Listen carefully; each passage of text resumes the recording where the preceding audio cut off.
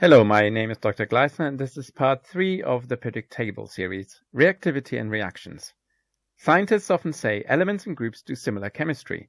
What we mean by that is that a reaction which works with one element is very likely to work with another in exactly the same way when you look at the number of atoms involved. For example, group 1 metals will all react with water, but there's one important difference. Group 1 lithium reacts with water like this, and sodium like this. I have videos out on that from some years ago. You can find shorter ones, and I'm sure your teacher will demonstrate the reaction in lesson. The difference between lithium and sodium is that sodium's reaction is more energetic. Lithium fizzes on the surface and sodium reacts a bit more strongly. You can even get it to ignite. Potassium reacts even more strongly while giving the same sort of products. Why is this? Well, as you may remember, all group 1 elements have one outer electron, and the outer electrons are the things which make chemical reactions happen. I just stated this casually, but whatever you think chemical reactions are all about, it is this: electrons, the swapping and changing of electrons. This swapping and changing of electrons is very predictable, particularly in the main groups. All metals lose their outer electrons, and once lost, the outer electrons can go to whatever is reacting with the metals. For other metals, the picture is more detailed, but in essence still true. Metals tend to lose their outer electrons. Non-metals gain these electrons. Now the question is, why does reactivity increase down group 1 and down group 2? The answer is actually surprisingly simple. Imagine you are the outer electron of lithium. You are quite close to the nucleus, and you can see the positive charge, and it keeps you relatively tightly. The nucleus is positively charged. Lithium has 3 electrons in total. So the first 2 go on the first shell, and the third one goes on the second shell. Of course, there are those 2 electrons in the first shell that are closer to the nucleus and experience more of the positive charge from the nucleus more directly. Remember that electrons are negatively charged and attracted to the protons which are positively charged. Now let's move to potassium. You are electron number 19. True, there are also 19 protons in the nucleus, so you should be attracted as strongly to the nucleus as the third and last electron in lithium, with only 3 protons. But here's the problem. Because you are further away, you don't get your fair share of the positive charge. There are now 3 full shells between you and the nucleus. You are further away than any of the other electrons. Another factor is comparable with our solar system. The further away from the sun you are, the less gravitational pull you experience. In addition, the further away you are, the less direct sunlight you get. The sunlight is a little analogous to the positive charge. In addition to distance, you also have electrons in lower shells closer to the nucleus, shielding you from the nucleus and its positive charge. Imagine you were that outside planet and planets ahead of you threw shade on you.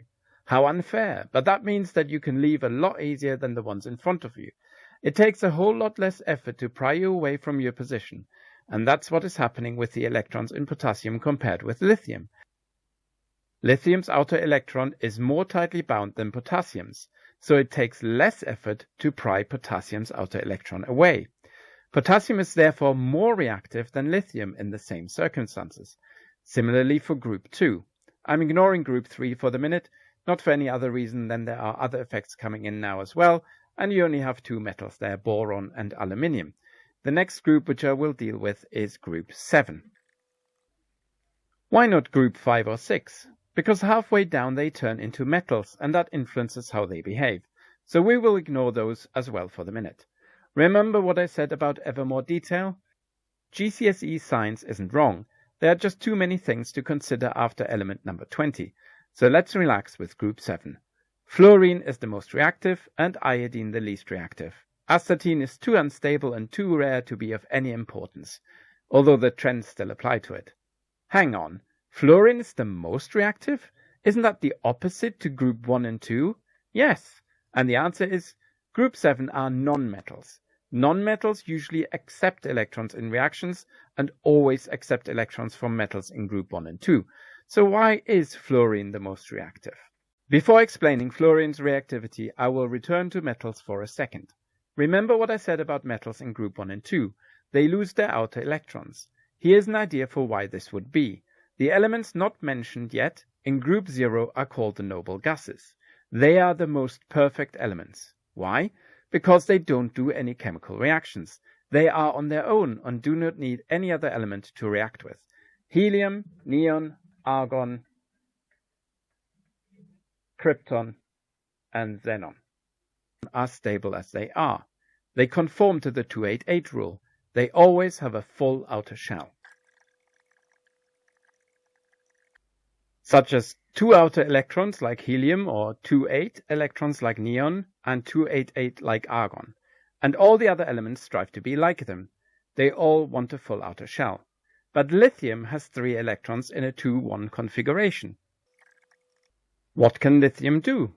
Its closest noble gas is helium, 1 to the left in the previous line on the periodic table.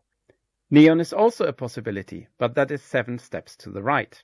Well, it can either try to get 7 more electrons to make 2-8, or it can get rid of 1 and become 2. What's easier? 7 steps to the right in the periodic table, or 1 step to the left? Get rid of 1.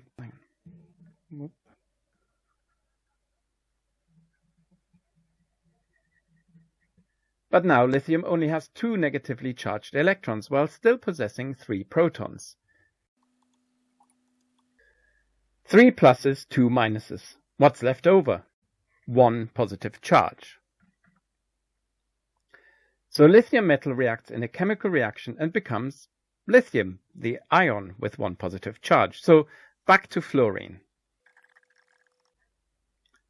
In order to become like its closest noble gas, it could either lose 7 electrons and become like helium, or it could add just the 1 electron to take 1 step to the right and become a bit like neon.